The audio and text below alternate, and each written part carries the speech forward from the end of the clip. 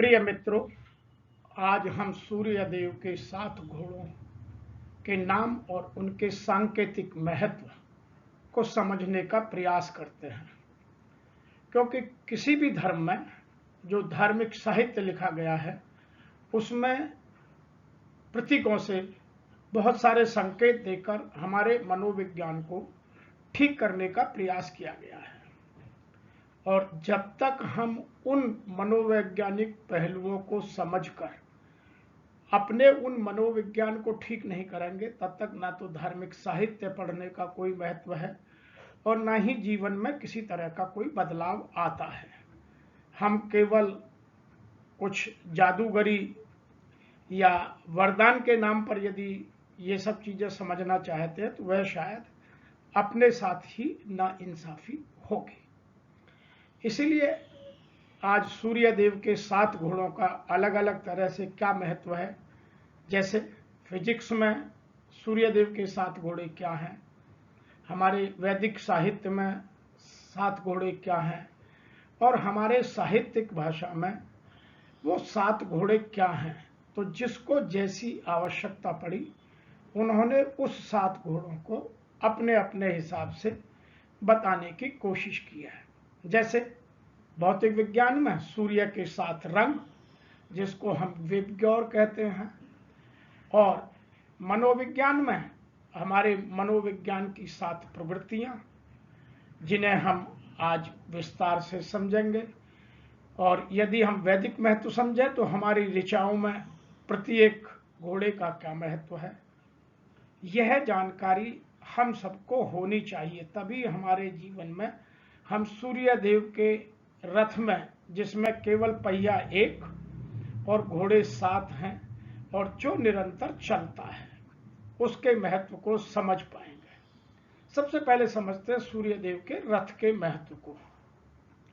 सूर्य देव का रथ का जो महत्व है वह है समय का क्रम। समय कभी नहीं रुकता। जैसे सूर्य देव का रथ कभी नहीं रुकता, वह एक पहिए पर, अर्थात उसमें 12 चक्र हैं 12 महीनों के हिसाब से, फिर उसमें 7 एक के 7 सब भाग हैं, अर्थात 7 दिनों के हिसाब से प्रकृति निरंतर चलती जाती है। और हम उस जीवन में कुछ करें या ना करें, उस जीवन का सदुपयोग करें या दुरुपयोग करें, अच्छे कामों में लगाएं या बुरे कामों में लगाएं, अपने जीवन को उत्कृष्ट बनाएं या अपने जीवन को आलस्य में बिताएं, ये हम पर निर्भर करता है। आइए इन्हीं चीजों के महत्व को समझने की हम आज कोशिश करेंगे और अपने जीवन में अच्छा बदलाव लाकर अपने जीवन को उत्कृष्ट बनाने का प्रयास करेंगे। सबसे पहला जो सूर्यदेव का रथ है, उसको समझने के लिए हमें गायत्री को समझना पड़ेगा, क्योंकि सबसे पहला जो सूर्य देव का रथ का घोड़ा है वह है गायत्री। अब गायत्री का यदि हम मनोविज्ञान से हिसाब से देखें तो अनुशासन और शक्ति अर्थात स्थिरता का प्रतीक है। और यदि हम वैदिक ऋचाओं में देखें तो गायत्री छंद का मतलब है कि गायत्री 24 अक्षर का मंत्र है। तो जितने भी 24 अक्षर से मंत्र वेदों में हैं वो सब गायत्री मंत्र कहलाते हैं। वो हमारे जीवन को उद्धार की ओर ले जाने में मदद करते हैं। इसी तरह से दूसरा घोड़ा है भ्रांति, तीसरा है उस्तिक, चौथा है जगती, पांचवा है त्रस्तप। इनके अलग अलग नाम भी लोगों ने लिए हैं, उनकी भी बात करेंगे। छठवां है अनुस्तभ और 7वां है पंक्ति। आइए एक एक कर इनके हर महत्व को समझने की कोशिश करते हैं। और जब तक हम इनको समझेंगे नहीं तब तक जीवन में सद्भाव और उत्कृष्टता का नाम आएगा नहीं। तो सबसे पहला घोड़ा है गायत्री। गायत्री का जो मैंने आपको मतलब बताया वह है अनुशासन और स्थिरता, शक्ति। जीवन में अपने एक बात को कह देने के बाद उस पर स्थित प्रज्ञ रहना, ऐसा नहीं छड़े तुष्टा छड़े रुष्टा, 1 मिनट में इधर 1 मिनट में उधर। दूसरा गायत्री का वैदिक अर्थ है कि जो 24 अक्षरों से मंत्र बना है वह है। और यदि इसको विज्ञान की भाषा में देखें तो इसको रेड कलर के साथ जोड़ करके दिखाया जाता है, क्योंकि सूर्य के घोड़ों को हम इंद्रधनुष के अनुसार नाप सकते हैं और इंद्रधनुष में 7 रंग होते हैं। तो यह पहले घोड़े का महत्व है। तो हमारे जीवन में अनुशासन और स्थिरता यदि होगी तब हम सूर्य के पहले घोड़े का इस्तेमाल अपने जीवन में कर पाएंगे। दूसरा, बृहति। बृहति को कुछ लोग भ्रांति भी कहते हैं। इसका मनोवैज्ञानिक अर्थ है कि जीवन को गति देना और जीवन को शक्तिवान बनाना। यदि जीवन में शक्ति नहीं है तो फिर आपका जीवन व्यर्थ है। और जो शक्तिहीन व्यक्ति जीवन में कभी कोई ना तो किसी को क्षमा कर सकता है, ना किसी पर दया कर सकता है। जैसा रामधारी सिंह दिनकर ने लिखा है, क्षमा सोयती उस भुजंग को जिसके पास गरल है, उसका क्या जो दंतहीन विषहीन विनीत सरल है। तो यदि आपके पास गति और शक्ति नहीं है और प्रति क्षण चलते रहने का आप में अटल विश्वास नहीं है तो आप अपने कृत्य को नहीं कर पाएंगे। और यदि मैं वैदिक भाषा में देखूं तो हमारे वेदों में कुछ मंत्र जो 36 अक्षरों से लिखे गए हैं उनको बहती कहते हैं। तो साहित्य की भाषा में बहती का भी महत्व है। और यदि मैं भौतिक विज्ञान में देखूं तो इसको लोग नारंगी कलर से, जिसको हम ऑरेंज कहते हैं, उसके साथ जोड़ते हैं। अब हम बात करते हैं तीसरे घोड़े की। तीसरा घोड़े का नाम है उष्णिक। उष्णिक का मतलब होता है बल और साहस। मतलब आप में सामर्थ्य और साहस दोनों होनी चाहिए। और जब आप में सामर्थ्य है तभी आप साहस का प्रयोग कर सकते हैं। आप साहसी हैं और आप में बल नहीं है तो आप उस साहस को दिखा नहीं सकते। इसीलिए बल और साहस का जीवन में रहना, उसको विकसित करना प्रत्येक मानव का धर्म है। यह सूर्यदेव का तीसरा घोड़ा हमें बताता है। अब यदि इसको वैदिक या साहित्यिक पर्पज से देखें तो जो मंत्र या जो ऋचाएं 28 अक्षर से बनते हैं उनको भी उष्णिक या उष्णक कहा जाता है। और इसका भौतिक विज्ञान में पीला रंग इसको रिप्रेजेंट करता है। तो ये आप तीनों तरीके से इन चीजों को समझ सकते हैं। चौथा घोड़ा है जगती। जगती का मतलब है आप में जब अनुशासन है, गति है, शक्ति है, बल है, साहस है तो पराक्रम और वीरता स्वयं पैदा हो जानी चाहिए। तो चौथा घोड़ा रिप्रेजेंट करता है पराक्रम। हम पराक्रमी हों, रिस्क लेने की क्षमता हो, डरे नहीं, निडरता हो, वीरता हो और लक्ष्य को पूरी करने की क्षमता रखते हो। और यदि इसको वैदिक या साहित्यिक भाषा में तो जो मंत्र या जो ऋचाएं 48 अक्षरों से बनती हैं उनको जगती कहा जाता है। साहित्यिक महत्व यह है।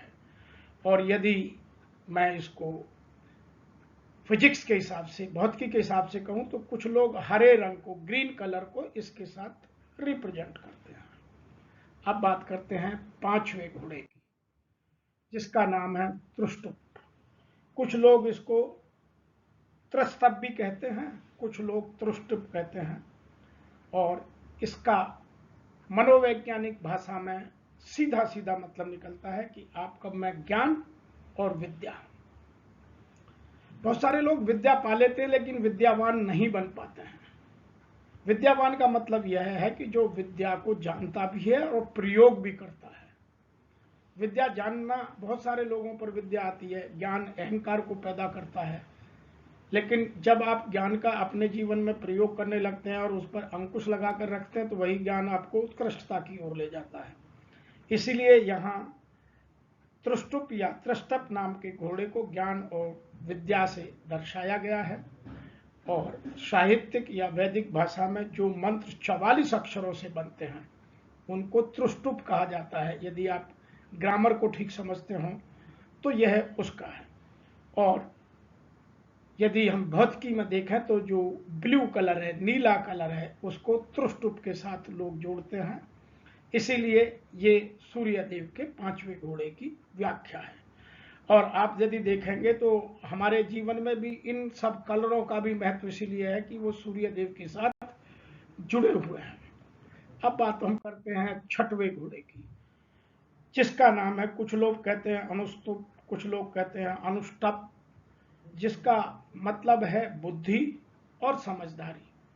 देखिए, ज्ञान और विद्या से ऊपर बुद्धि का काम करती है, क्योंकि हम मन के दास हैं। बुद्धि कभी दास नहीं बनाती, बुद्धि हमें स्वतंत्रता देती है, मन हमें दास बनाता है।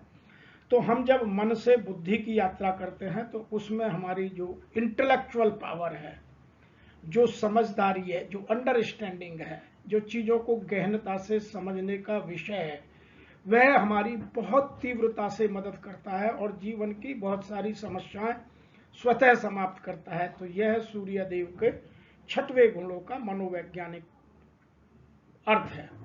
और यदि मैं वैदिक या ऋचाओं के हिसाब से या साहित्य के हिसाब से देखूं तो जो 32 अक्षर से मंत्र या ऋचाएं या श्लोक या पद्य बना है उसको भी अनुष्टप कहा जाता है। और यदि मैं भौतिक विज्ञान से देखूं तो जो आसमानी कलर है, जिसको इंडिगो कहा जाता है, वह कलर इसको रिप्रेजेंट करता है। अब हम बात करते हैं सूर्य देव के 7वें घोड़े की, जिसको पंकति कहा जाता है। सूर्य देव का यह 7वां घोड़ा हमें नेतृत्व करने की क्षमता की ओर इंगित करता है कि प्रत्येक व्यक्ति में नेतृत्व करने की क्षमता होनी चाहिए। बहुत सारे लोगों में बहुत सारा पोटेंशियल होता है, बहुत सारी कॉम्पिटेंसीज होती हैं, बहुत सारी स्किल सेट होते हैं, लेकिन नेतृत्व नहीं कर पाते। इसलिए वो सदैव फॉलोअर बने रहते हैं और जीवन को अपने को उत्कृष्टता की ओर नहीं ले जा पाते। इसलिए सूर्य देव का 7वां घोड़ा हमें स्वर्ग से नेतृत्व करने की क्षमता से जोड़ता है कि हमें नेतृत्व करने की, लीड लेने की क्षमता होनी चाहिए, भीड़ से अलग चलने की क्षमता होनी चाहिए। हमारे हिंदी साहित्य में एक बहुत अच्छी बात कही जाती है कि भीड़ सुरक्षा तो देती है लेकिन स्वतंत्रता छीन लेती है।